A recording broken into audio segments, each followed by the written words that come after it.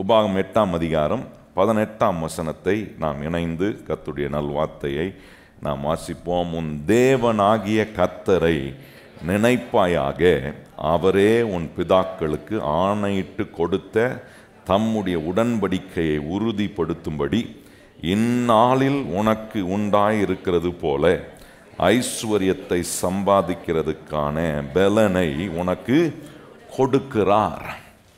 ஆண்டவர் கர்த்தர் நல்லவர் என்பதை குறித்து நம்ம தியானித்து கொண்டிருக்கிறோம். தேவன் நல்லவர் என்பதை எல்லா விதங்களிலும் கர்த்தர் காட்ட விரும்புகிறார். ஏதோ ஒரு பர்டிகுலர் விதத்தில் என்னை ரட்சித்து மாத்திர நல்லவர்னு காட்டுறவர் ஒரு தேவன் அல்ல, அல்லது என் மேலே அன்பு காட்டி மாத்திரம் அவர் ரொம்ப நல்லவர்னு காட்டுற தேவன் மாத்திரம் அல்ல. எல்லா காரியங்களிலும் அதுதான் ரொம்ப முக்கியம். அந்த எல்லா காரியங்கள்னு வரும்போது மனுஷனுடைய வாழ்க்கையில் ரொம்ப அவசியமாய் தேவைப்படுகிற இந்த பொருளாதார காரியங்களிலும் கர்த்தர் என்னை ஆசீர்வதித்து அவர் எவ்வளோ நல்லவர் என்பதை நான் ருசிக்கணும்னு கர்த்தர் விரும்புகிறார். ரொம்ப ஆச்சரியமாக இருக்குது பாருங்கள். நான் காலையில் நல்ல வெற்றியை குறித்து பேசி கொண்டிருக்கிறேன்.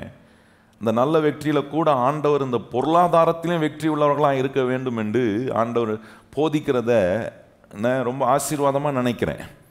எப்படி ஆண்டவர் கோர்வையாக சபைக்கு எந்தெந்த காலகட்டத்தில் என்னென்ன அவசியமாய் தேவையோ, சபைக்கு வருகிற விசுவாசிகளுக்கு தேவையோ, கர்த்தர் அதை ரொம்ப அற்புதமாக போதி. ஏதோ நான் கொண்டு வந்து இன்சர்ட் பண்ணி இதை இப்படி தான் பேசணும் அப்படின்னு நினச்சி வர்றதில்லை. ஆண்டவர் ஒவ்வொரு காரியத்தையும் ஒவ்வொன்றாய் அந்த தலைப்பின் கீழே ஆண்டவர் டீல் பண்ணி வரும்போது, இன்னைக்கு கர்த்தர் நல்லவர் என்பதை ருசிக்கிறதுல ஆண்டவர் நமக்கு எந்த காரியத்திலையும் ருசித்து பார்க்கணும்னு சொல்கிறாருன்னா, தேவன் நம்ம கையில் கொடுக்குற பொருளாதாரங்கள் நம்முடைய கையின் உழைப்பை ஆசீர்வதித்து தேவன் நமக்கு கொடுக்க விரும்புகிற நன்மைகளை பொருளாதார காரியங்களில் ஆண்டவருடைய ஆசீர்வாதத்தை நாம் அனுபவிப்பதின் மூலமாக ஒன்று நம்ம வாழ்க்கையில் நிச்சயமாக நம்ப முடியும். உண்மையாலே நான் ஆராதிக்கிற இயேசு கிறிஸ்து மிக நல்ல தேவன், ஏன்னா என்னுடைய தேவைகளிலும் என்னை சம்பூரணப்படுத்தணும்னு விரும்புகிறாரே. என் தேவைகளை என்னை விட்டு ஒதுங்காமல், பொருளாதாரம் பாருங்கள் ரொம்ப அவசியமான ஒரு தேவை. எத்தனை பேர் ஆமேன்னு சொல்கிறீங்க? அவசியமான தேவை தானா? காலைல ஆராதனை சொன்னோம் பாருங்கள். என்ன வேதம் சொல்லுகிறது? பணம் பல காரியங்களுக்கு உதவியாக இருக்குது. பிரசங்கி 10:19 நீங்கள் கவனிச்சுன்னா சொல்கிறார், பணம் பல காரியங்களுக்கு உதவியாக இருக்குது. பணம் உதவி இல்லை அப்படின்னு சொல்கிறவங்க யாராக இருக்கீங்களா? என்ன எத்தனை பேர் நம்புறீங்க பணம் பல காரியங்களுக்கு உதவியாக தான் இருக்குது பாஸ்டர் அப்படின்றவங்க எத்தனை பேர் கையை உயர்த்தி ஏன்னா அதை அங்கீகரிக்கிறீங்களா? ஒரு வேளை அதை அங்கீகரிக்கலன்னு வைங்க, கொண்டு வந்து என்கிட்ட கொடுத்துருங்க. ஏன்னா அதை எப்படி உபயோகப்படுத்தணும் எனக்கு தெரியும். நான் கர்த்தருடைய நாமத்துக்கு ஏதுவாக உபயோகப்படுத்துவேன். ஏன்னா உபயோகமாகிற பொருளை தான் கர்த்தர் நம்ம கையில் கொடுக்குறாரு. நான் ஒரு உபயோகமாகிற பொருள் என் கிரியைகளை உபயோகமாகக்கூடிய ஒன்றாக மாற்றி பொருளாதார நன்மை எனக்கு கொடுத்து அந்த பொருளாதார நன்மையை ஆண்டவருக்கு விருப்பமான விதத்தில் உபயோகப்படுத்த, எந்த ஆசீர்வாதத்தையும் ஆண்டவர் சும்மா முகாந்தாரம் இல்லாமல் ஒரு மனுஷனுக்கு ஆசீர்வாதத்தை கொடுக்கிற தேவன் அல்ல. ஒரு மனுஷனை ஆசீர்வதிக்கிறாரா, அவனுக்கு பொருளாதார நன்மையை கொண்டு வரணும்னு விரும்புகிறாரா, அதுக்கு முகாந்தாரத்தை அதுக்கான நோக்கங்கள், அதற்கான அறிவை, அந்த புத்தியை ஆண்டவர் நம்ம கொடுப்பார் பாருங்க. அதுதான் இங்கே சொல்கிறார். இப்போ நம்ம கவனித்த ஒரு காரியம் நம்ம பாருங்கள். ஒரு தேவ மனுஷன் சொன்ன காரியத்தை நான் வாசித்த போது ஆச்சரியமாக இருந்துச்சு. பால் யாங்கிச்சோ எல்லாருக்குமே தெரியும் பாருங்கள். மிக வல்லமையான விதத்தில் தேவனால் பயன்படுத்தப்பட்ட தேவனுடைய தாசன். அவர் சொல்கிறார், எப்படி எளிமையாய் அவருடைய வாழ்க்கையை கர்த்தர் ஆரம்பித்து, ஆண்டவர் ஒன்றும் இல்லாத ஒரு நிலையில் தன்னுடைய ஊழியத்தை ஆரம்பித்து கர்த்தரை நம்பி கர்த்தருக்காக உண்மையாய் காரியங்களை செய்து கர்த்தருடைய வார்த்தைக்கு செவி கொடுத்து கீழ்ப்படிந்து விசுவாசத்தோடு கர்த்தர் கொடுத்த ஊழியத்தை உண்மையை மொத்தமாக செய்தது நிமித்தமாக கர்த்தர் அவரை பல விதங்களில் ஆசீர்வதித்தார். ஆசீர்வதிக்கப்பட்டு பல காரியங்களை ரொம்ப எளிதான விதத்தில் பெரிய பெரிய காரியங்கள்லாம் கர்த்தர் அவரை கொண்டு செஞ்சார். திரளான மக்களை ஆதாயம் பண்ணவும், பெரிய பெரிய காரியத்தை தேவனுடைய ராஜ்யத்தில் கட்டுவதுக்கும் அவருடைய கையில் ஆண்டவர் ஏராளமான பொருளாதார நன்மையை கொடுத்திருந்தார். அப்போ அவர் சொல்கிறாரு, என்கிட்ட ஆண்டவர் இப்படிப்பட்ட பொருளாதார நன்மைகளை கொடுத்துருக்கும் போது இதை காலி பண்ணி நான் ஏழை ஆகணும் நான் நினச்சேன். எல்லாத்தையும் காலி பண்ணி எல்லாத்தையும் கொடுத்து எல்லாத்தையும் கர்த்தருக்கு எல்லாத்தையும் தார வாத்து அப்படி பண்ணுறதுனால நான் எம்டி ஆக முடியுமா அப்படின்னு செக் பண்ணுறதுக்காக பண்ணாராம் பாருங்க. சொல்கிறாரு, நான் தேவன் எனக்கு கொடுத்ததை தேவன் நோக்கத்துக்காக நான் ரிலீஸ் பண்ண ஒன்றை மாத்திரம் என் வாழ்நாள் முழுவதும் நான் பார்த்துருக்கிறேன். ஒரு நாளும் கர்த்தர் என்னை எம்டி ஆக கர்த்தர் விடவே இல்லை என்று சொல்லுகிறார். அது எவ்வளோ பெரிய உண்மை கவனிங்க. தேவன் நோக்கத்துக்காக, தேவன் வச்சுக்க திட்டத்துக்காக தேவன் எனக்கு ஒரு பொருளாதார ஆசீர்வாதத்தை என் வாழ்க்கையில் இந்த காலகட்டத்தில் போதித்து அதை எனக்கு வர வைக்க விரும்புகிறாருன்னா அதுக்கு ஒரு பெரிய திட்டத்தை, அதுக்கு ஒரு பெரிய முகாந்தாரத்தை கர்த்தர் அது கூட வைத்திருக்கிறார் என்பதை அறிந்து ஒரு மனுஷன் அதை கர்த்தருக்கென்று உபயோகப்படுத்தக்கூடிய நிலையில் தன் வாழ்க்கையை வைப்பானா, நான் சொல்கிறேன் அந்த மனுஷன் ஒரு நாளும் ஒருபோதும் ஓட்டாண்டியாக ஆக கர்த்தர் விடவே மாட்டார், எம்டி ஆக விடவே மாட்டார். அந்த மனுஷன் எப்படி இருப்பானா, தன் பாத்திரம் நிரம்பி வழிகிற ஒரு நிலையில் கர்த்தர் அவனை வைப்பார். எத்தனை பேர் அப்படி இருக்கணும்னு விரும்புகிறீங்க? பாத்திரம் காலி ஆகிடுதே நிறைய நேரம். பாத்திரம் காலியானது தெரியப்படுத்துறதுக்கு பாத்திரம் சத்தம் போடுது. சில நேரத்தில் சத்தம் வருது, தேவைன்ற நேரத்தில் நெருக்கடி நேரத்தில் சத்தம் போடுறோம். ஆனால் இங்கே சொல்கிறாரு, இங்கே இந்த தேவ மனுஷன் சொல்கிறாரு, நான் கர்த்தருடைய காரியங்களுக்காக கர்த்தர் எனக்கு எதுக்கு இதெல்லாம் கொடுக்குறார் இதை விளங்கி கொண்டு அதுக்கு ஏதுவாக நான் பயன்படுத்தின போது இந்த தேவ மனுஷன் சொல்கிறாரு, நான் ஏழை ஆகிறதுக்கு வாய்ப்பே இல்லை, நான் அந்த காலி ஆகிறதுக்கு எம்டி ஆகிறதுக்கு வாய்ப்பே ட்ரை பண்ணி பார்த்தேன். நல்லா கவனிங்க, இந்த தேவ மனுஷன் சொல்கிறார், அவருடைய புஸ்தகத்தில் நான் வாசித்தேன், அது போட்டிருக்கு, I try to make myself empty but it was not possible.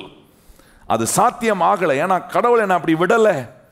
இன்னும் மேலும் மேலும் பெரிய காரியங்களை, பெரிய பெரிய திட்டங்களை செய்வதற்கான எல்லா வளனையும் கர்த்தர் என் கையில் கொடுத்துக்கிட்டே இருந்தார் தான் சொல்கிறாரு.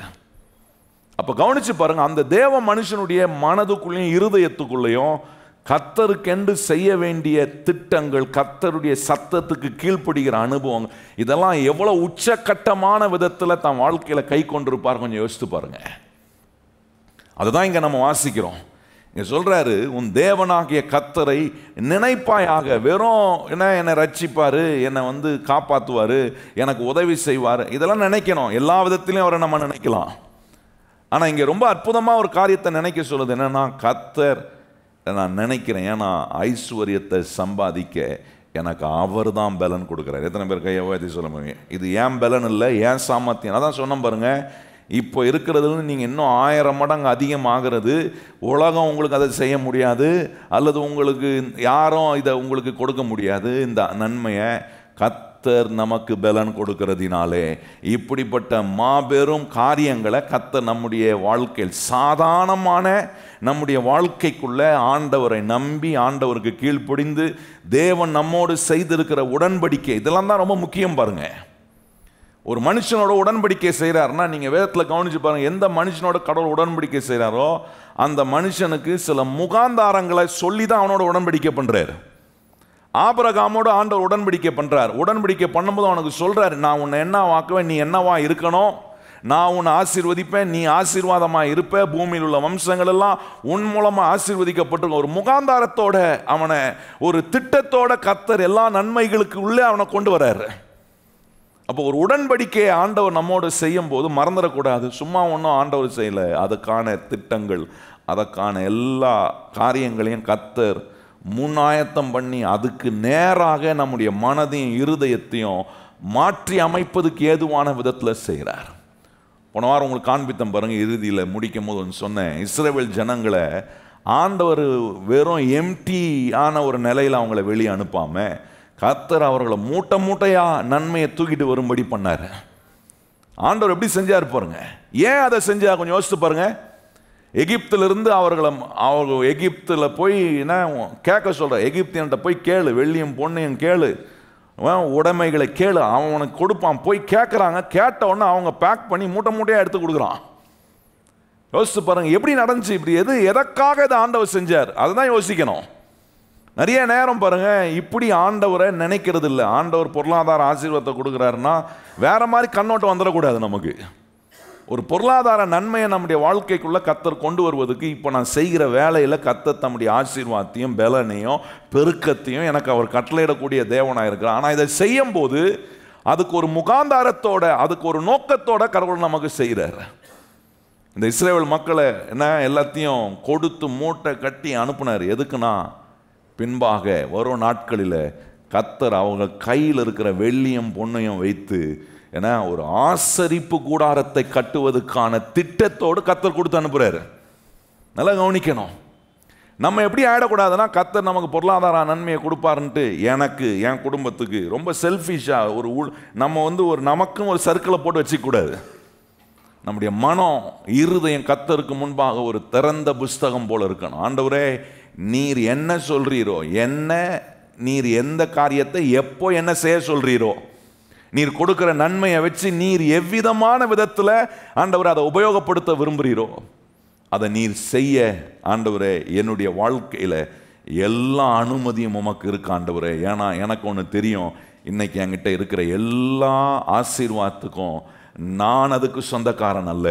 எனக்கு கொடுத்த கடவுள் நீர் ஒருவர் தான். நீர் தான் எனக்கு எல்லா நன்மையும் கொடுக்கிறவர். ஆகவே எந்த நிலையிலும் எந்த நேரத்திலும் நீர் எதை சொன்னாலும் செய்யறதுக்கு என் இருதயம் என் மனமும் ஒரு திறந்த புஸ்தகம் போல இருக்கு.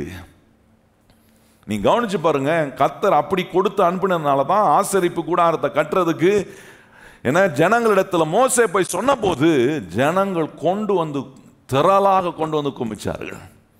அதில் சொல்லியிருக்கு, மோசே ஒரு கட்டத்தில் என்ன சொல்ல வேண்டியதாக இருந்துச்சுன்னா, போதும் இனி கொடுக்காதீங்க அப்படின்னு சொல்ற அளவுக்கு ஜனம் கொண்டு வந்து கொடுத்தாங்களாம். அப்போ கவனிச்சு பாருங்க, எவ்வளோ அதிகமான நன்மையை பொருளாதார வளனை ஆண்டவர் இஸ்ரவேல் மக்கள் கையில் கொடுத்துருப்பாங்க. கொஞ்சம் யோசித்து பாருங்க, எவ்வளோ மூட்டையாக தூக்கிட்டு வந்திருப்பான். அவன் தூக்கிட்டு வந்தவனே என்ன நோக்கம் இல்லாமல் கொஞ்ச நாள் செய்கிறான் பாருங்க. போய் அவனுக்குன்னு ஒரு கடவுளை உண்டாக்குறதுக்கு உண்டான காரியம் செய்கிறான். கர்த்தர் அதை திருத்துறார், மனம் திரும்ப வைக்கிறாரு. மறுபடியும் கர்த்தர் இஸ்ரவேல் மக்களோட டீல் பண்ணுறார். மறுபடியும் அவர்களை பிரயாணம் பண்ணி கொண்டு போகிறார். கொண்டு போகும்போது அவர்களுக்குள்ள கடவுளுடைய நோக்கத்தை திணிக்கிறாரு. எதுக்கு உன்னை கொடுக்குறேன், எதுக்கு நான் உன்னை மீட்டு கொண்டேன், எதுக்கு உன்னை கானானுக்கு கொண்டு போகிறேன், எதுக்கு உன்னை இப்படிப்பட்ட ஒரு ஆசீர்வாதமான நிலைக்கு உன்னை ஆக்குறேன். ஏன்னா உன்னை கொண்டு நான் செய்ய போகிற காரியம் மிகப்பெரிய ஒரு திட்டம் இருக்கு. நல்லா கவனிக்கணும். நிச்சயமா இந்த ஆண்டு நீங்க செய்கிற வேலையில கர்த்தர் உங்களுக்கு ஒரு நல்ல உயர்வை கண்டிப்பா கொடுப்பார். எத்தனை பேர் விசுவாசிக்கிறீங்க? எல்லா உயர்வையும் எல்லா நன்மையும் கர்த்தர் கொடுப்பார். ஆனா அதை கொடுக்கும்போது மறந்துடக்கூடாது, அது கூட ஒரு திட்டத்தை நீங்க போறதுக்கு முன்னாடி கர்த்தர் போட்டு வச்சிருக்கிறாரு. நல்லா நீங்க அதை விளங்கிக்கணும். நிறைய நேரம் நம்முடைய வாழ்க்கையில, கிறிஸ்தவருடைய வாழ்க்கையில் இருக்கிற ஒரு பெரிய ஒரு டிராபேக் என்னன்னா, ஆண்டவர் ஒரு திட்டம் போட்டு வச்சிருப்பாரு பாருங்க, அந்த திட்டத்துக்கு மாறா இவங்க ஒரு திட்டத்தை போட்டு வச்சிருப்பாங்க. அதனால தான் என்ன ஆகுதுன்னா, பொருளாதாரத்தில் நம்ம விரிவடைய முடியல, பெருக முடியல. இன்னும் அதே மலிவான நிலையிலேயே அநேக கிறிஸ்தவர்கள் இருப்பதுக்கு காரணம், ஆண்டவர் போட்டு வச்சிருக்கிற திட்டம். தேவன் ஒன்று ஒரு மனுஷனுக்கு கொடுக்குறாருன்னா கொடுப்பதுக்கு முன்பாகவே அதுக்கு உண்டான திட்டத்தை கர்த்தர் வச்சிருப்பார். அதை எப்படி சொல்கிறேன்னா, உங்களை இந்த உலகத்துக்கு கொண்டு வருவதற்கு முன்பாகவே உங்களை குறித்த திட்டத்தெல்லாம் கர்த்தர் போட்டு வச்சிருக்கிறார். எதிர கையை உயர்த்தி ஆமேன்னு சொல்லி, இப்போ உங்களை கொண்டு வருவதற்கு முன்பாகவே உங்களை குறித்த திட்டம்லாம் போட்டு வச்சிருப்பாருன்னா, உங்களை ரட்சித்து உங்களை கடவுளை ஆசீர்வதித்து உங்கள் கையில் ஒரு பொருளாதார நன்மையை கொண்டு வரும்போது அதுக்கு ஆண்டவர் திட்டம் போட்டிருக்க மாட்டாரா? கொஞ்சம் யோசித்து பார்க்கணும். இதெல்லாம் மனுஷனுடைய மனதுக்குள்ள இருதயத்துக்குள்ள வரவே மாட்டுது. என்ன சொல்றாங்க பாருங்க, பணம் வந்த உடனே கண்ணை மறைச்சிருதுன்றாங்க பாரு. அது மாதிரி சில நன்மைகள், சில பொருளாதார ஆசீர்வாதம் வந்த உடனே நிறைய பேருடைய கண்கள் அது மறைச்சிருது. என்ன கண்ணை? கர்த்தர் வைத்திருக்க திட்டத்தை அது மறைக்குது. அது மறைத்த உடனே அது பெருக மாட்டுது. அநேகருக்கு எதுவும் பத்தலை பாருங்க. பொருளாதாரம் என்ன கேட்டாலும் அதுக்கு இல்லை, இதுக்கு இல்லை, அதுக்கு பத்தலை, இதுக்கு போதலை, இப்படிப்பட்ட நிலைகள்.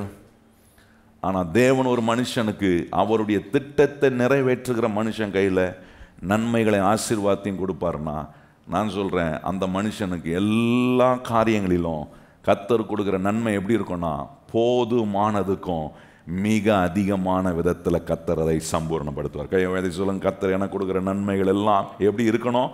போதுமானதுக்கும் மிகவும் அதிகமான விதத்தில் கர்த்தர் நம்முடைய வாழ்க்கையில் ஆசீர்வாதங்களையும் நன்மைகளையும் கொடுக்கிறார்.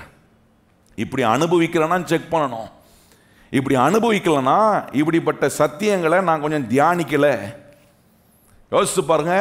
இஸ்ரவேல் மக்கள் கையில் கொடுத்து ஆசீர்வாதத்தை கொடுத்து அவர்களை தேவனுடைய வேலைக்காக எல்லாவற்றையும் கொடுத்து ஆயத்தம் பண்ணி கொண்டு அவன் கையில் வாங்கிட்டு வரும்போது அவனுக்கே தெரில எதுக்கு கடவுள் இதெல்லாம் பண்ணுறாரு, எதற்கு கடவுள் என்கிட்ட இப்படி வந்து மூட்டை மூட்டையாக எடுத்துகிட்டு வர வைக்கிறாரு, அவனுக்கே தெரில. ஆனால் ஆண்டவர் இந்த பிள்ளைகளை கொண்டு, தம்முடைய பிள்ளைகளை கொண்டு தம்முடைய வல்லமையை விளங்க பண்ணுகிறது மாத்திரமல்ல, தம்முடைய ஆசரிப்பு கூடாது அப்படின்னா தேவனுடைய காரியங்களை செய்வதுக்கு கர்த்தர் நம்ம கையில் கொடுக்குற பொருளாதாரம் போய் அவன் கையை வேண்டி சொல்லுங்க, கர்த்தர் என் கையில் கொடுக்குற பொருளாதார ஆசீர்வாதம் தேவனுடைய காரியங்களை செய்வதுக்கு உபயமாகுவதற்காக தான் கர்த்தர் நம்மகிட்ட கொடுக்குறாரு.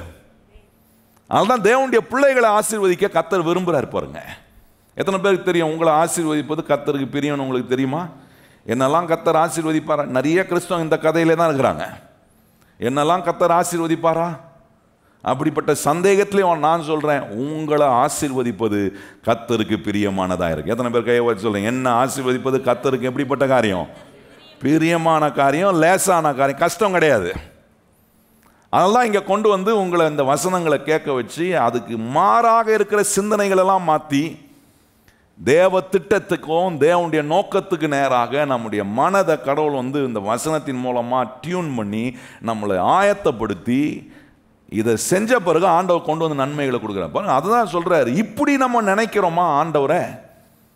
இப்படி நினைப்போனா தேவனுடைய நோக்கத்தினால நம்முடைய வாழ்க்கை நிரம்பி இருக்க ஆண்டவர் உதவி செய்ய. பாருங்க, ஒரு சம்பவத்தை பைபிள்ல இருந்து நான் காண்பிக்க விரும்புகிறேன்.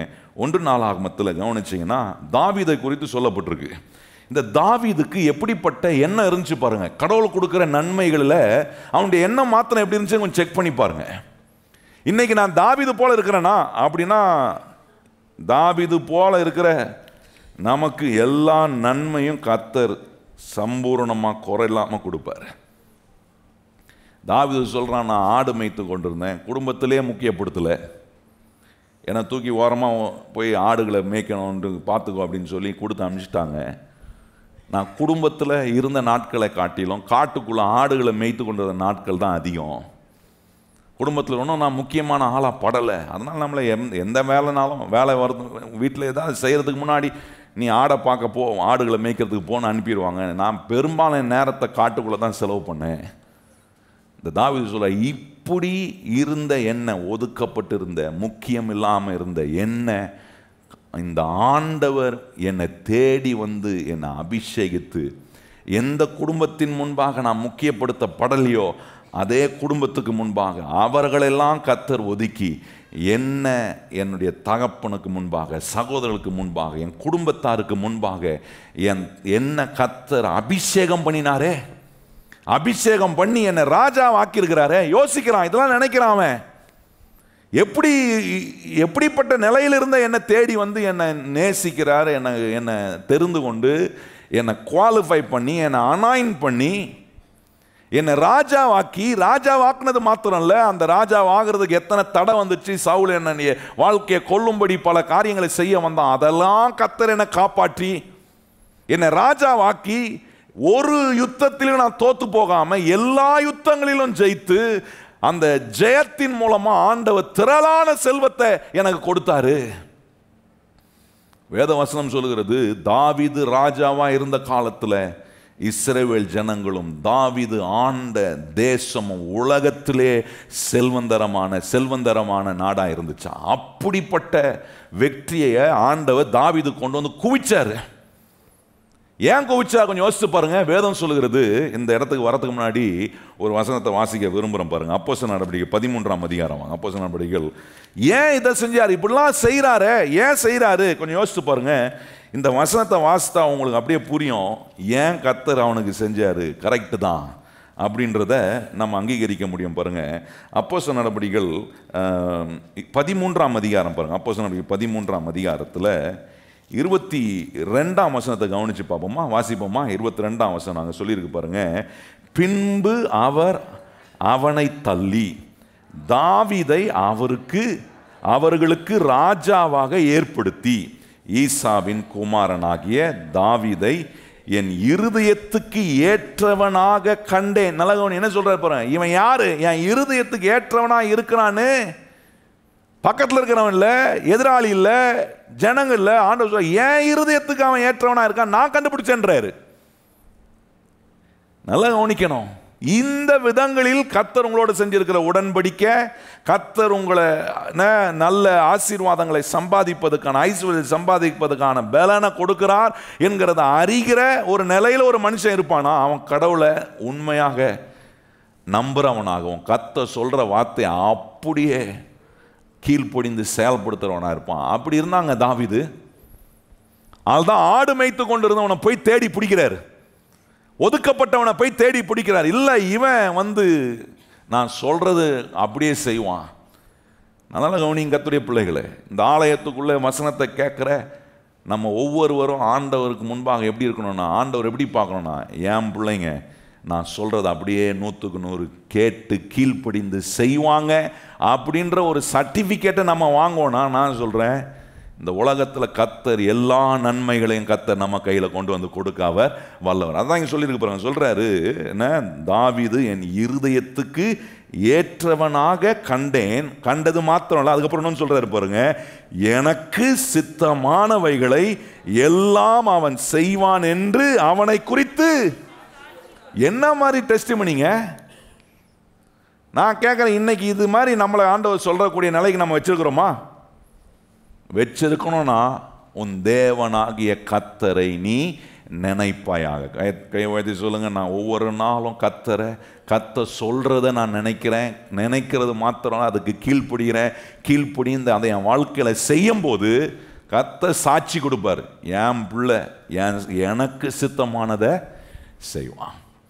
அவருக்கு சித்தமானதை செஞ்சு அவர் பார்வைக்கு என்ன பிரியமான, அவருடைய இருதயத்துக்கு ஏற்றவனாய் நம்ம இருக்கும்போது நான் கேட்குறேன், என் கையில் நன்மையை கொடுக்காம விட்டுருவாரா? இப்படிப்பட்ட ஒரு மனுஷன் கொஞ்சம் நினச்சி பார்க்குறான், ஆண்டவர் என்னெல்லாம் செஞ்சார் அப்படின்றத யோசித்து. இப்போ பாருங்கள், 1 நாளாகமோ 29ஆம் அதிகாரம் 3ஆம் வசனம் கவனிச்சிங்கன்னா, இவன் எப்படிப்பட்டவன், இவனை குறித்து ஏன் கர்த்தர் இப்படி சாட்சி சொன்னார்னு நீங்கள் இங்கே வாசிக்கும் போது விளங்கிக்கலாம். இன்னைக்கு நம்மளை குறித்து ஆண்டவர் இப்படி சாட்சி சொல்லணும். ஏன்னா இப்படிப்பட்ட சாட்சிகள் நம்முடைய வாழ்க்கையில் உண்டாக, தேவனை குறித்து என்ன கர்த்தர் அவருடைய பிள்ளையாக மாற்றி அவருடைய ராஜ்யத்துக்குள்ளே வச்சிருக்கிறாரு.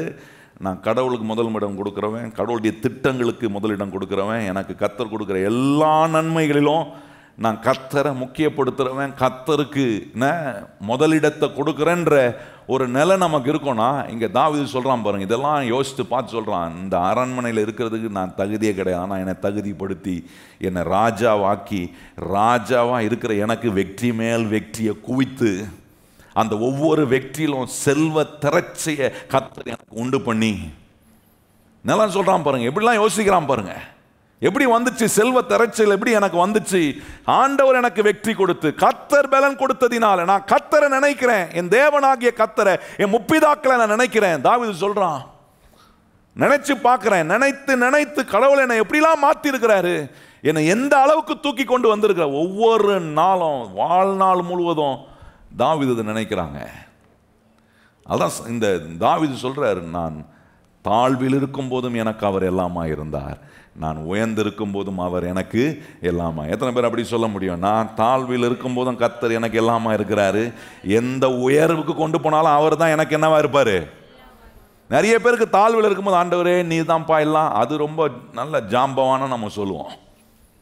ஆனால் கொஞ்சம் நல்லா உயர்த்தி, கொஞ்சம் வீக்காக இருந்த ஆளை கொஞ்சம் கெதியாக்கி, கொஞ்சம் அப்படி இப்படின்னு கொஞ்சம் நல்ல வழிகளெல்லாம் திறந்து நன்மைகள்லாம் உள்ளே வந்த உடனே, கெதியான உடனே என்ன சொல்லுவாங்க, ஆண்டவரா நேரம் இல்லை, சர்ச்சைக்கா அப்புறம் பார்ப்போம்.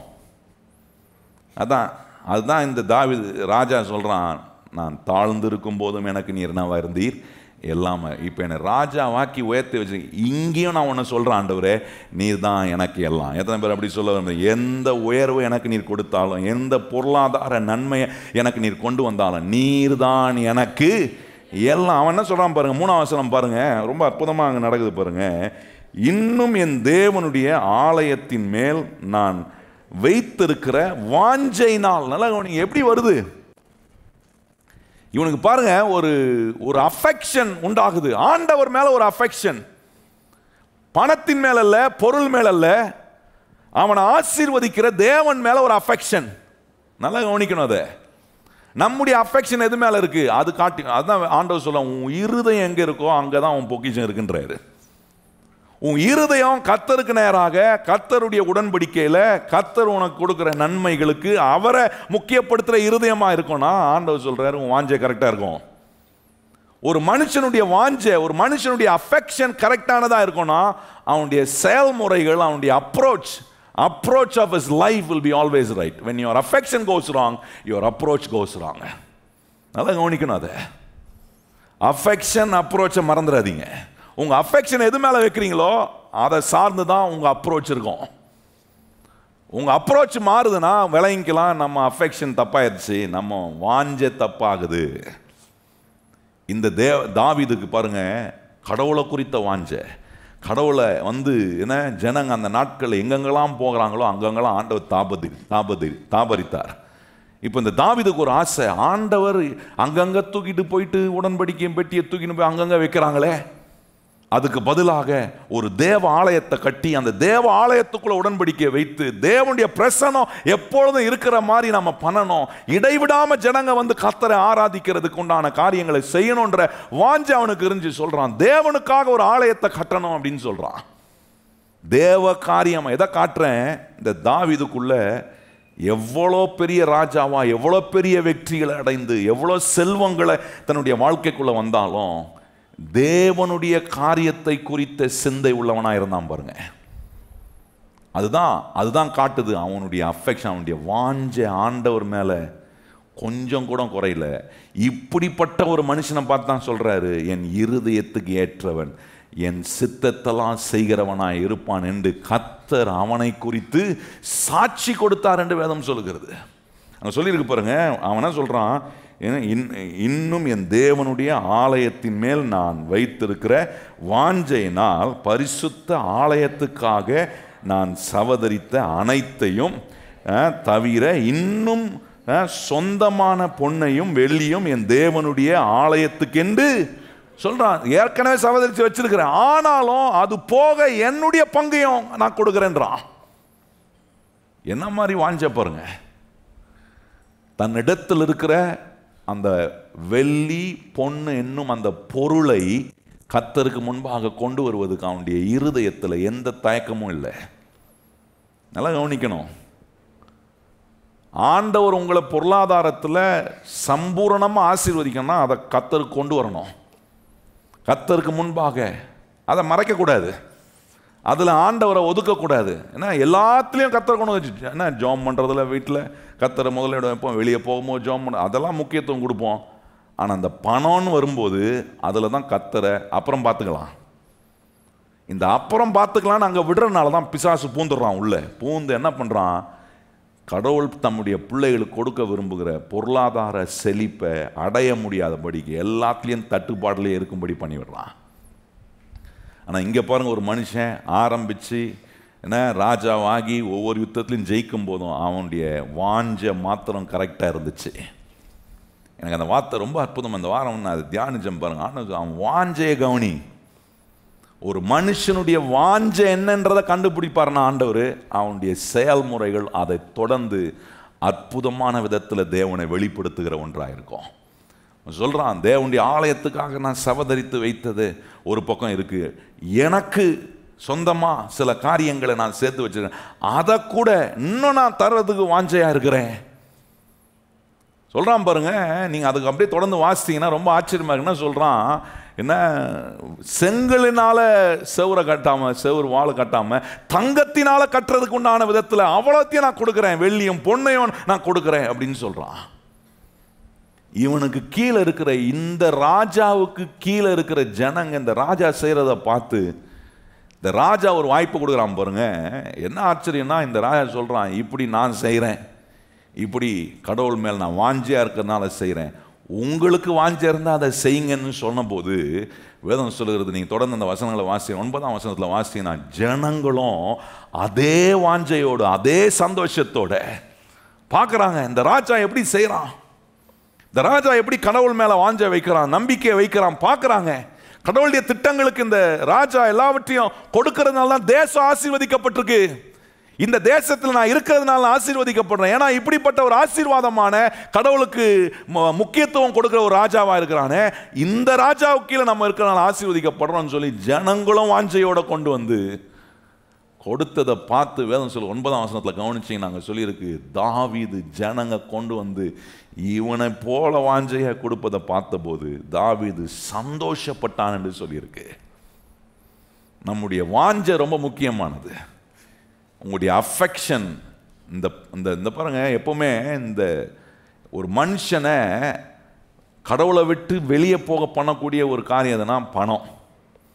அதான் வேதம் சொல்கிறது, பண ஆசை எல்லா தீமைக்கும். இந்த பண ஆசை வந்துச்சுன்னா கடவுள்கிட்ட போயிடுவோம். ஆண்டவருடைய நாமத்துக்கு மகிமையா கர்த்தர் கொடுக்குற எல்லா பொருளாதாரத்தையும் எல்லா ஆசீர்வாதத்தையும் கர்த்தரை சார்ந்து நம்ம உபயோகப்படுத்துவோம்னா, நான் சொல்றேன், எந்த இடத்திலும் நீங்க நம்புற கர்த்தர் உங்களை விட்டு கொடுக்கவே மாட்டார், உங்களை வெட்கப்படுத்தவே மாட்டார். உங்களை ஒரு கஷ்டத்தில் விட்டு தவிக்க விட்டுட்டு வேடிக்கை பார்க்குறவரில் உங்களை ஆசீர்வதிப்பதில் மிக அக்கறை உள்ளவராக இருக்கிறார். அதான் சொல்றார், இப்படி வாஞ்ச, இப்படி என் இருதயத்துக்கு ஏற்றவன் ஆண்டவர் சொல்ல, என் சித்தத்தெல்லாம் இவன் செய்வான் கர்த்தர் சொல்ல. யோசிச்சு பாருங்க, இப்படி ஆண்டவர் சில காரியங்களை தாவீதுக்கு சொல்றார். மறுபக்கத்தில் இந்த தேவன் மேல் உள்ள வாஞ்சையில் சரியா இல்லாமல் இருந்தால் எப்படி இருக்கும்ன்றத புதிய ஏற்பாட்டில் ஒரு சம்பவத்தை வச்சு ஆண்டவர் சொல்றார் பாருங்க. அதை மாதிரி நான் சொல்கிறேன். நான் தொடர்ந்து நம்ம வருகிற வாரங்கள் அதை தியானிக்க கர்த்தர் நமக்கு உதவி செய்வார். யோவான் சுவிசேஷம் 12ஆம் அதிகாரம், யோவான் சுவிசேஷம் 12ஆம் அதிகாரத்தில் என்ன, இந்த மரியாள் கொண்டு வந்து ஒரு தைலத்தை, நலதம் என்கிற தைலத்தை கொண்டு வந்து இயேசுநாதருடைய பாதத்தில் அவள் அதை ஊத்துறா பாருங்க. ஊற்றி தன்னுடைய தலைமயிரினால அவள் இயேசுநாதருடைய பாதத்தை அப்படியே கழுவி சுத்தம் பண்ணுறா. சொல்லியிருக்கு பாருங்க 3ஆம் வசனம், அப்பொழுது மரியாள் விலை ஏற பெற்ற கலகம் இல்லாத நலதம் என்னும் தைலத்தை ஒரு ராத்தல் கொண்டு வந்து அதை இயேசுவின் பாதங்களில் அதை பூசி தன் தலைமயிரினால் அவருடைய பாதங்களை துடைத்தால் அந்த வீடு முழுவதும் தைலத்தின் பரிமளத்தினால் நிறைந்தது. பாருங்க, செஞ்சிருக்கிறா. பாருங்க, இவளுக்கும் எப்படி இருக்கு, தாவீதை போல ஒரு வாஞ்ச உள்ள இருதயம் இருக்கு பாருங்க. தாங்கிட்ட இருக்கிற பெஸ்ட்டை கொண்டு வந்து கர்த்தருக்கு கொடுத்து அதில் ஆண்டவரை எவ்வளோ முக்கியப்படுத்துகிறான்றதை காட்டுறா பாருங்க. ஆனால் கூட இருந்த சீஷர்கள், அவரோடு இருந்தவங்க எப்படி சொல்கிறாங்க, அடுத்த வசனம் பாருங்க. அப்பொழுது அவருடைய சீஷரில் ஒருவனும் அவரை காட்டி கொடுக்க போகிறவனுமாகிய சீமோனுடைய குமாரனான யூதாஸ் காரியத்தோ இந்த தைலத்தை 300 பணத்துக்கு விற்று தரித்திரருக்கு கொடாமல் போனது என்ன என்றான். நீங்க சொல்றான் பாருங்க, இதை 300 பணத்துக்கு வித்திருக்கலாமே. இவன் என்ன சொல்றான், வேஸ்ட் பண்ணிட்டா. நிறைய பேருடைய மனசுக்குள்ள என்ன நினைப்புனா, ஆண்டவரை நம்ம பொருளாதாரத்தில் கொண்டு வந்தால் நம்ம வேஸ்ட் பண்ணிடுறோம், ஆண்டவருக்கு கொடுக்கறது, ஆண்டவருக்கு செய்ய வேண்டிய காரியங்களை செய்யறதுன்னு அது வேஸ்ட்ன்னு நினைக்கிறோம். இது பாருங்க, யூத் அது கூட இருந்தவன் அப்படிதான் நினைச்சான். அதனால் சொல்கிறான், அதை விற்று 300 பணத்துக்கு விற்று அப்படியே ரொம்ப ஏழைங்க மேலே ரொம்ப அக்கறை உள்ளவர் இவர். யூதாஸ் வந்து ஏழை மேலே ரொம்ப அக்கறை. அடுத்த வசனமே அப்படியே சொல்லுது பாருங்களேன். என்ன, அவன் ஏதோ ஏழைங்க மேலே ரொம்ப அக்கறை. உண்மையான அக்கறை யாருக்கு இருக்குன்னா ஆண்டவருக்கு தான் இருக்கு. ஏழைகள் மேலே உண்மையான அக்கறை காட்டுகிற ஒரு ஆண்டவர் ஒருத்தர் தான். என்ன பண்ணுறாரு, ஏழ்மையிலையும் ஏழையாக ஒரு மனுஷன் இருக்க விடாமல் அவனை ரட்சித்து ரட்சிப்பினுடைய மேன்மையை கொடுத்து அந்த ஏழ்மையை கர்த்தர் அவனுடைய மனதை முதலாவது மாத்துறாரு. நல்லா கவனிங்க, நீங்களும் நானும் வந்து என்ன ஏழ்மைத்தனத்தை இந்த உலகத்தை விட்டு அகற்றிட முடியாது. இயேசுநாதர் தான் அதை செய்ய முடியும். எத்தனை பேர் கையை உயர்த்தி ஆமேன்னு சொல்றீங்க? என்ன நீங்கள் நினைச்சா நீங்கள் இந்த உலகத்தில் இருக்கிற ஏழ்மையை நீக்கிற முடியுமா? எந்த அரசாங்கமும் செய்ய முடியலையே. யோசிச்சு பாருங்க, அரசாங்கம் வந்து ஏழ்மையாக இருக்கிறவங்களுக்குன்னு என்ன பண்ணுறாங்க, அவங்களுக்கு ஒரு வீடை கட்டி கொடுத்து அவங்களுக்குன்னு சொந்தமாக இடத்த உண்டாக்கி கொடுக்குறாங்க. ஏழ்மையாக இருக்கிற மனம் மாறல பாருங்க, புத்தி மாறல. என்ன பண்ணுறான், அரசாங்கம் கொடுக்குறத வாங்கிட்டு அதை என்ன பண்ணுறான், அந்த பத்திரத்தை கொண்டு போய் வச்சு காசை வாங்கி இதே ரொட்டீன் தான் அவங்களுக்கு. அவன் ஏழ்மையை விட்டு வெளியே வர்றதுக்கு அவன் ஆயத்தமா இல்லை. ஏன் ஆயத்தமா இல்லைன்னா, மனதை மாற்றுகிற இயேசுவை தான் வாழ்க்கையில் ஒரு மனுஷன் ஏற்றுக்கொள்ளாத வரைக்கும் அவன் தான் ஏழ்மையிலேருந்து வெளியே வரவே முடியாது. நல்லா கவனிங்க, ஆண்டவர் இதெல்லாம் தான் அங்கே சொல்கிறார். இப்போ பெரிய என்ன தத்துவ மேதி மாதிரி இவர் யார் யூதாஸ் சொல்கிறார். என்ன சொல்கிறாரு? 300 காசுக்கு விற்று தரித்திரர்கள் கொடுத்துருந்தா 3 வேளை சாப்பாடு கிடைச்சிருக்கோம், ஏதாவது நடந்திருக்குமே. என்னமோ ஆண்டவர் இயேசு வந்து ஏழைகள் மேலே என்ன தரித்திரர் மேலே அக்கறை இல்லாதவர் போல மாதிரியும், யூதாஸ் மாத்திரம்தான் ரொம்ப அக்கறை உள்ளவராக இருக்கிறது மாதிரியும். அடுத்த வசனம் சொல்லுது பாருங்க. ஏன் அப்படின்னா அங்கே சொல்கிறாரு என்ன 6ஆம் வசனம், அவன் தரித்திரரை குறித்து கவலைப்பட்டு இப்படி சொல்லாமல். பார்த்தீங்களா, அவருக்கு தரித்திரர் மேலே அக்கறையோடு அவன் சொல்லலை. ஆனால் அங்கே சொல்லியிருக்கு, அவன் திருடன் ஆனபடினால் பணப்பையை வைத்து கொண்டு அதிலே போடப்பட்டதை சுமக்கிறவன் ஆனபடியினால் இப்படி சொன்னான். அவனுடைய கவனம் எல்லாம் பணத்து மேல தான் இருந்துச்சு. அதனால தான் சொல்றான், ஐயோ 300 காசாச்சே. என்ன நல்ல கவனிங்க கர்த்தருடைய பிள்ளைகளே, எனக்கு எல்லாவற்றையும் கொடுக்கிறவர் கர்த்தர். கையவத்தை மறுபடியும் சொல்லுங்க, நான் எனக்கு எல்லாவற்றையும் கொடுக்கிறவர் யார் தான்? அது எவ்வளோ பணமாக இருந்தாலும் சரி, எவ்வளோ பெரிய உயர்வாக இருந்தாலும் சரி, ஒரு நாளும் அது மேலே உங்கள் கண்ணு போகக்கூடாது, அது மேலே உங்கள் வாஞ்ச போயிடக்கூடாது. நல்லா கவனிக்கணும் இதை. இந்த யூதாஸுக்கு எது மேலே வாஞ்சை இருந்துச்சு? அந்த தைலத்தின் மேலே தான் வாஞ்சை. இவன் செஞ்சதின் மேலே அவளுக்கு இருக்கிற வாஞ்சை இவன் பார்க்கலையே. அவளுக்கு இருந்த இருதயம் இவனுக்கு இல்லை. ஆண்டவருக்கு செய்கிறா, ஆண்டவருக்கு செய்யும் போது சிறப்பானதை செய்யணும். இந்த மனு குலத்துக்காக தான் ஜீவனையே கொடுக்க போறாரு. அவர் ஆயத்தம் பண்ணுவதற்காக தன்னிடத்தில் இருக்கிற விலை உயர்ந்த தைலத்தை கொண்டு வந்து அவருடைய சரீரத்தை ஆயத்தப்படுத்த நல்ல நறுமணமானதாய் மாற்றுவதற்காக இவ நல்ல சுத்த இருதயத்தோட வாஞ்சையோட செய்கிறா. ஆனால் கூட இருக்கிற நபர்களுக்கு அந்த வாஞ்சை இல்லை. நல்லா கவனிங்க, நான் சொன்னது போல ஏழ்மையை நீக்கிறவர் இயேசு ஒருவர் மாத்திரம்தான். எல்லா ஏழ்மைக்கும் பதில் சரியாக கொடுக்கிறவர் நம்முடைய ஆண்டவர் ஒருவர் மாத்திரம்தான். இன்றைக்கி நம்ம எவ்வளோ தாழ்வில் இருந்தோமே, எவ்வளவோ ஆழத்தில் இருந்தோமே, கர்த்தர் நம்மளை தூக்கி கொஞ்சம் கொஞ்சமாக உயர்த்தி வராரா? எத்தனை பேர் அப்படி செஞ்சுருக்கிறார்? இன்றைக்கி நம்ம சொல்லலாம், என் ஏழ்மையை நீக்கினவர் ஆண்டவர் இயேசு ஒருவர் தான். எத்தனை பேர் அப்படி சொல்ல முடியும்? ஏழ்மையெல்லாம் நீக்கினவர் ஆண்டவர், என் தரித்திரத்தெல்லாம் நீக்கினவர் ஆண்டவர் தான். இன்றைக்கி நான் அவர் ஆசீர்வதிக்கிறார். நல்ல கவனிங்க கர்த்தருடைய பிள்ளைகளே, இப்படிப்பட்ட விதங்களில் ஆண்டவரை நீங்கள் நினச்சி ஆண்டவரை நீங்கள் உங்கள் வாழ்க்கையில் முக்கியப்படுத்துவீங்கன்னா கர்த்தர் அவருடைய இருதயத்துக்கு ஏற்றவங்களா அவங்கள பார்ப்பார். ஆண்டவர் சொல்லுவார், என் சித்தத்தெல்லாம் என் பிள்ளை செய்வான். ஆகவே என் கையில் என்ன பண்ணுவார்னா, இந்த உலகத்தின் செல்வத்தை, பொருளாதார ஆசீர்வாதத்தை, நான் செய்கிற வேலை ஒரு சாதாரணமானதாக இருக்கலாம், அந்த வேலையில் கர்த்தர் பலன் அளிக்கிற வழிகளை கர்த்தர் தரப்பார். எத்தனை பேர் கை உயர்த்தி ஆமேன்னு சொல்கிறீங்க? ஏன்னா உங்கள் சம்பாத்தியத்தில் கர்த்தர் பெருக்கத்துக்கான வழிகளை நிச்சயமாக உண்டாக்குவார். இதெல்லாம் அறிஞ்சு ஆண்டவர் சொன்னார் பாருங்க. இப்போ ஆண்டவர் இயேசு பதில் சொல்கிறார். என்ன சொல்கிறார் பாருங்க, 7ஆம் வசனத்தில் கவனிச்சிங்கன்னா அங்கே சொல்கிறாரு, அப்பொழுது இயேசு இவளை விட்டு விடு, என்னை அடக்கம் பண்ணும் நாட்களுக்காக இதை வைத்திருந்தால், அங்கே 8ஆம் சொல்றாரு, தரித்திரர் எப்பொழுதும் உங்களிடத்தில் இருக்கிறார்கள், நான் எப்பொழுதும் உங்களிடத்தில் இரேன் என்றார். நல்லா கவனிச்சுப்பா, என்ன சொல்றாரு? அவளை விட்டுரு, தொந்தரவு பண்ணாத. இன்னும் கொஞ்சம் நம்ம பாஷையில் சொல்லணும்னா ஆண்டவர் யூதாஸை பார்த்து சொல்றாரு, வாய மூடு. அதான் அப்படிதானே புரியும் நமக்கு. விட்டு விடுனா ஆண்டவருக்கு தெரிஞ்சு உன் புத்தி என்னன்றது ஆண்டவருக்கு தெரியுது. ஆண்டவர் சொல்லுவோம், வாயை மூடுப்பா, கொஞ்சம் வாயை திறந்து எல்லாரையும் கெடுக்காத, வாயை கொஞ்சம் மூடு. உன்னுடைய எண்ணங்கள் தவறாக இருக்கு. அவள் ஒன்றும் தப்பு செய்யலை, அவள் ஒன்றும் அநீதியான காரியத்தை செய்யலை. என்னை ஆயத்தப்படுத்த அவள் செய்தது நல்லது என்று கர்த்தர் சொல்கிறார். சொல்கிறார், தரித்திரர்கள் எப்பொழுதும் உங்களிடத்தில் இருக்கிறார்கள், நானும் எப்பொழுதும் இடத்தில் இருக்கிறது இல்லை அப்படின்றார். என்ன சொல்கிறார்? இன்னும் கொஞ்ச நாள் நான் பரமேறி போகிற நேரம் வருது, தரித்திரங்கள் இருப்பாங்க. தரித்திரர்களுடைய வாழ்க்கை மாறுவதுக்கு இயேசுவை நம்பும்போது தான் அந்த தரித்திரங்கள் நீங்கும், குறைகள்லாம் நிறைவாகும். ஆகவே ஆண்டவர் இதை அவங்களுடைய தவறான எண்ணத்தை சரி பண்ணுறாரு பாருங்க. நல்லா கவனிக்கணும். தாவீதை குறித்து காட்டும்போது சரியான எண்ணம், சரியான வாஞ்சையை காட்டினேன். இந்த மரியாளிடத்திலும் சரியான வாஞ்சை, சரியான நினைச்சு. ஆனால் இயேசுநாதரோடு கூட இருந்த சீஷர்கள் என்ன, இன்னொரு இடத்துல நீங்க கவனிச்சீங்கன்னா மத்தேயு 26ஆம் அதிகாரத்தில் சீஷர்களும், வெறும் யூதாஸ் மாத்திரம் இல்லை, சீஷரும் சொல்றாருங்க, 8ஆம் வசனத்தை கவனிச்சிங்கன்னா அங்கே பார்த்தீங்கன்னா இருக்கும். அதை சொல்கிறாரு. சீஷர்களும் என்ன சொல்கிறாங்க? ஐயோ வேஸ்ட் பண்ணிட்டாலே. பிசாசு வந்து ஏன் சொல்லுவான், ஆண்டவர் கொடுக்கறது வேஸ்ட்டு, ஆண்டவரும் பொருளாதாரத்தில் முக்கியப்படுத்துறது வேஸ்ட்டுன்னுவான். ஏன்னா அவனுக்கு நம்ம வேஸ்ட்டாக போனோன்றது தான் அவனுடைய குறிக்கோள். ஆனால் கர்த்தர் இந்த சத்தியங்களெல்லாம் நமக்கு சொல்கிறாருன்னா, நம்முடைய வாஞ்சையை கர்த்தர் சரி பண்ண இன்றைக்கு இந்த சத்தியங்களை கர்த்தர் நம்மோட பேசியிருக்கிறார்.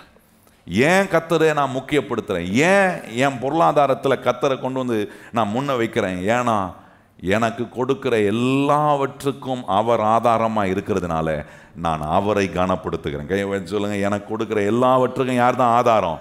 கர்த்தர் தான் ஆதாரமாக இருக்கிறேன். நான் ஆராதிக்கிற ஆண்டவராகி இயேசு கிறிஸ்து தான் அதுக்கு ஆதாரமாக இருக்கிறதுனால இப்போ நான் என்ன செய்கிறேன்னா, அவரை கனப்படுத்துவதற்காக கொடுக்குறேன். ஒரே ஒரு வசனத்தை வாசித்து நம்ம முடிப்போம். நீதிமொழிகள் 3ஆம் அதிகாரம் வாங்க. நீதிமொழிகள் 3ஆம் அதிகாரம் 9ஆம் வசனம் பாருங்க. சொல்றார், உன் பொருளாலும் உன் எல்லா விளைவின் முதல் பலனாலும் கர்த்தரை. எல்லாரும் வாசிக்கணும், எல்லாரும் வாசிங்க. உங்க பைபிள் இருக்கா? என்ன போட்டிருக்கு? உன் பொருளாலும் உன் எல்லா விளைவின் முதல் பலனாலும் கர்த்தரை கனம் பண்ணு. அதுக்கப்புறம் சொல்றாரு பாருங்க 10ஆம் வசனம், அப்பொழுது உன் களஞ்சியங்கள் பூரணமாய் நிரம்பும், உன் ஆலயங்களில் திராட்சை ரசம் புரண்டோடு. நல்லா கவனி. அப்பொழுது, எப்பொழுது? 9ஆம் வசனம் செஞ்சாதான். நிறைய பேர் நினைச்சுக்கிறாங்க புரண்டோடும், எப்போ ஜோம் பண்ணிட்டா போதும் எல்லாம் புரண்டோடும். ஜோம் பண்ணுங்க. ஜோம் பண்ணிங்கன்னா இதை குறித்த புத்தியை கரெக்டாக கர்த்தர் உணர்த்துவார். வாஞ்சையை கர்த்தர் என்ன பண்ணுவார்? சரி பண்ணுவார். நம்முடைய நோக்கத்தை என்ன பண்ணுவார்? சரி பண்ணுவார். ஏன்னா ஆண்டவர் என்ன விரும்புகிறாருன்னா, புரண்டோடுகிற அந்த ஆசீர்வாதம் நமக்கு வரணும். அப்பொழுது கர்த்தரை கனம் பண்ணும்போது ஆண்டவர் சொல்கிறாரு, உனக்கு எதுவுமே குறைபடாதுப்பா, நிறைவாக இருக்க கூடிய காரியங்களை கர்த்தர் நிச்சயமாக செய்வார். எத்தனை பேர் நம்புறீங்க அதை கர்த்தர் செய்வார்னு? ஒவ்வொரு காரியத்தையும் கவனித்து பாருங்கள். உங்கள் உயர்வுகள் உங்களுக்கு கர்த்தர் ஒரு நன்மையை கொடுக்கும். அவரை கனப்படுத்தியிருக்கிறேன்னா, அவரை முதலாவது அதில் கொண்டு வந்து வச்சுருக்கிறேன்னா, அப்படின்னா என் வாஞ்சை கரெக்டாக இருக்குது. எந்த மனுஷனுடைய வாஞ்சை கர்த்தரை குறித்து கரெக்டாக இருக்கோ அந்த மனுஷனுக்கு கர்த்தர் ஐஸ்வர்யத்தை சம்பாதிப்பதுக்கான பலனை கொடுத்து கொண்டே இருப்பார். குறைவு இருக்காது. கர்த்தர் உங்களை கொண்டு என்னென்ன வேலைகளெல்லாம் தம்முடைய ராஜ்யத்தில், ஏன்னா உங்களை சுற்றி இருக்கிற மக்களுக்கு, இந்த சமுதாயத்தில், உங்கள் குடும்பத்துக்கு செய்ய வேண்டுமோ அதை அத்தனையும் செய்ய கர்த்தர் உங்களை அப்படி ஆசீர்வாதமான ஒரு பாத்திரமாக கர்த்தர் மாற்றுவார். எத்தனை பேர் அப்படி இருக்கணும்னு விரும்புகிறீங்க? ஆண்டவரே, இந்த நிலைகளில் நான் பொருளாதாரத்தில் கர்த்தருடைய ஆசீர்வாதத்தின் சம்பூரணத்தை அடைவதற்கு இன்னைக்கு ஆண்டவர் தாவீதை நமக்கு ஒரு உதாரணமாக வைத்து காட்டியிருக்கிறார். அவனுடைய வாஞ்சை சரியானதாக இருந்துச்சு. இன்றைக்கி நம்முடைய வாஞ்சை என்னவா இருக்குது? பணத்தின் மேலே வாஞ்சை இருந்தால் நான் சொல்கிறேன், அது தேவனுக்கு விருப்பமான ஒன்றல்ல. எனக்கு வருகிற எல்லா நன்மையிலும் நான் கர்த்தரையே என் வாஞ்சையாய், கர்த்தரையே என்னுடைய நோக்கமாய், அவருடைய திட்டத்தை நிறைவேற்றுவதே என்னுடைய கவனமாய் நான் வைப்பேனா, ஒருபோதும் நான் குறைவடைய கர்த்தர் விடவே மாட்டார். எத்தனை பேர் ஆமேன்னு சொல்லி ஆண்டவரை மகிமைப்படுத்துறீங்க? ஒருபோதும். இன்னைக்கு ஒரு மாதிரி குறை இருக்கிற மாதிரி இருக்கும். ஆனால் இந்த தேவன் வச்சிருக்கிற இந்த மெத்தடை, இந்த முகாந்தாரத்தை உங்கள் வாழ்க்கையில் என்ன வந்தாலும் கை கொண்டு பாருங்கள். இன்னைக்கு ஒரு மாதிரி இருக்கலாம், ஆனால் ஆண்டவர் வரக்கூடிய நாட்களில் நீங்கள் இப்போ இருக்கிறத காட்டிலும் 1000 மடங்கு அதிகம் ஆகும் ஆசீர்வாதத்தை உங்களுக்கு கர்த்தர் நிச்சயமாய் உங்கள் வாழ்க்கையில், உங்கள் கையின் பிரயாசத்தில், உங்கள் குடும்பத்தில் கர்த்தர் நிறைவேற்றி காட்ட அவர் உண்மை உள்ளவராக இருக்கிறார் என்பதை நீங்கள் அனுபவி. தாவீது சொல்கிறான், இப்படிப்பட்ட காரியங்களை யோசிக்க முடியுமா? அவன் சொல்கிற கணக்கெல்லாம் பார்த்தீங்கன்னா ஆச்சரியமாக, கோடி கணக்கான என்ன வெள்ளியும் பொன்னியும் வச்சுருந்தானா, எத்தனையோ கணக்கான என்ன டன் கணக்கான. யோசிச்சு பாருங்க, இன்னைக்கு அவங்க ஒரு கிராம் சேர்க்கறதுக்கு என்ன பாடுபடுறாங்க. அதை வாயை கட்டி வைத்த கட்டி நான் அதை பண்ணி இதை பண்ணி என்னெல்லாம் பண்ணி இதை சேர்த்து வச்சேன் அப்படின்றாங்க. ஆனால் இங்கே ஒரு மனுஷன் சொல்கிறாரு, டன்னா கோல்டு என்ன வெள்ளி பொண்ணெல்லாம் வச்சுருக்கிறேன், கர்த்தருக்கு என்று கொடுக்குறேன். எப்படி வந்துச்சு? அவன் வாஞ்ச சரியாக இருந்ததுனால அவனுக்கு நேரம் வந்துச்சு எல்லாம். நம்ம வாஞ்ச சரியில்லைன்னா ஒன்றும் வராது, இருக்கிறதும் காலி ஆகிட்டு தான் போவோம். அதுதான் ஆண்டவர் இந்த காரியங்களெல்லாம் கர்த்தர் நமக்கு இன்னைக்கு உணர்த்தி இருக்கிறார். தேவனோடு நம்ம செய்திருக்கிற, தேவன் நம்மோடு செய்திருக்கிற உடன்படிக்கை உன் தேவனாகிய கர்த்தரை நினைப்பாயாக, அவரே ஐஸ்வர்யத்தை சம்பாதிக்க உங்களுக்கு எனக்கு என்ன கொடுக்குறாரு? பலனை கொடு. பணத்தை கொண்டு வந்து கொடுக்குறேன்னு சொல்லலை, என்ன கொண்டு வந்து மூட்டை மூட்டையாக போடுறேன்ப்பா அப்படின்னு சொல்லலை. பலனை தரோம் உனக்கு. அந்த பலனை வச்சு எங்கெங்கே நீ புத்தி உள்ளவனாக மாறணுமோ, எங்கெங்கெல்லாம் நீ கூர்மை உள்ளவன் ஆகணுமோ, எங்கெங்கெல்லாம் உன்னை நீ சரி பண்ணணுமோ சரி பண்ணு, வாஞ்சே சரி பண்ணு. அதுக்கு பிறகு கர்த்தர் தம்முடைய நன்மையை உங்கள் வாழ்க்கைக்குள்ளே சம்பூரணமாய் கர்த்தர் கொண்டு வருவார். ஆமென். எழும்பி நிற்போம், நம்ம ஜெபம் பண்ணலாம். எங்கள் நல்ல ஆண்டவரே, எங்கள் மேல் நீர் வைத்திருக்கிற உம்முடைய உடன்படிக்கை உண்மையானது. எங்கள் வாழ்க்கையை நீர் ஆண்டவரே நல்ல நிலைக்கு கொண்டு வருவதற்கு எங்களுடைய குடும்பம், எங்களுடைய பிரயாசங்கள், எங்களுடைய வாழ்க்கையில் மிக அதிகமாக எங்களுக்கு உபயோகமாகிற பொருளாதார நன்மைகளை கர்த்தர் எங்கள் வாழ்க்கைக்குள்ளே நீர் உண்டு பண்ண, இன்றைக்கு நீர் எங்களுக்கு கற்றுக் கொடுத்த இந்த காரியங்களெல்லாம் நாங்கள் எங்கள் வாழ்க்கையில் தொடர்ந்து கவனம் செலுத்த, எங்கள் வாஞ்ச தப்பாகக்கூடாது ஆண்டவரே. எங்கள் அஃபெக்ஷன் தப்பாச்சுன்னா எங்கள் அப்ரோச் தப்பாயிடும். எங்களுடைய வாஞ்ச சரியானதாக இருக்கணும், எங்கள் அணுகுமுறையும் சரியானதாக இருக்கும், கையாடுகிறதும் சரியாக இருக்கும். அப்படிப்பட்ட நிலையில் நாங்கள் எங்களை உமக்கு முன்பாக ஒவ்வொரு நாளும் நிறுத்த எங்களை நீர் உருவாக்குகிறதுக்காக உமக்கு ஸ்தோத்திரம். கர்த்தருடைய பிள்ளைகள் நாங்கள் தட்டுப்பாடில் இருக்கக்கூடாது. எங்களுடைய வாழ்க்கையில் கர்த்தருடைய ஆண்டவரே போதுமானதுக்கும் அதிகமான விதத்தில் ஆண்டவரே நல்ல ஒரு எல்ஷடாவாய் கர்த்தர் எங்கள் வாழ்க்கையில் இருக்கிறத நாங்கள் ஒவ்வொரு நாளும் அனுபவிக்க, ஒவ்வொரு காரியத்திலும் ஒவ்வொரு சூழ்நிலையில் நாங்கள் அப்படி அனுபவிக்கணும் ஆண்டவரே. உம்மை அந்த விதங்களில் நாங்கள் அனுபவித்து மகிமைப்படுத்தி உமக்கு மகிமையாய் தொடர்ந்து நாங்கள் வாழ கர்த்தர் கிருபை செய்யும். சத்தியங்கள் எங்களுடைய வாழ்க்கைக்குள்ள நல்ல சிந்தனையும் ஆண்டவரே நல்ல விதத்தில் எங்களை உருமாற்றுகிறதுக்காக ஸ்தோத்திரம். வரும் நாட்களில் ஆண்டவரே நிச்சயமா நீங்க எங்களுக்கு சொன்னபடியே இப்போ இருக்கிறத காட்டிலும் நாங்கள் 1000 மடங்கு அதிகமாய் ஆண்டவரை ஆசீர்வதிக்கப்படுவோம் என்கிற நம்பிக்கை இந்த சத்தியங்களை கேட்கும் போதெல்லாம் எங்களுக்குள்ள வருகிறது. இந்த நிலைகளில் நாங்கள் ஆசீர்வதிக்கப்பட எங்களை நீ தொடர்ந்து நடத்தும். உடைய பிள்ளைகள் ஒவ்வொருவரையும் ஆசீர்வதியும். இந்த வாஞ்சையோடு உடைய பிள்ளைகள் கர்த்தருக்கு முன்பாக அவர்கள் செய்கிற ஒவ்வொன்றையும் நீர் ஆசீர்வதிப்பீராக. இந்த வாஞ்சையோடு கர்த்தருக்கு என்று உடைய பிள்ளைகள் கொடுக்கும் போது அவர்களுடைய ஆண்டவரே கிரியைகள் இன்னும் அதிகமாய் ஆசீர்வதிக்கப்படட்டும். தொடர்ந்து நீர் மேன்மையாய் நடத்தும்.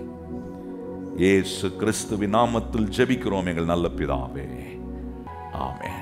இப்பொழுது நம்முடைய கர்த்தராகிய இயேசு கிறிஸ்துவினுடைய கிருபையும் பிதாவாகிய தேவனுடைய அன்பும் பரிசுத்த ஆவியானவருடைய அந்யோன்ய ஐக்கியமும் இன்றும் என்றும் சதா காலங்களும் நம் அனைவருடன் நிலைத்திருப்பதாக.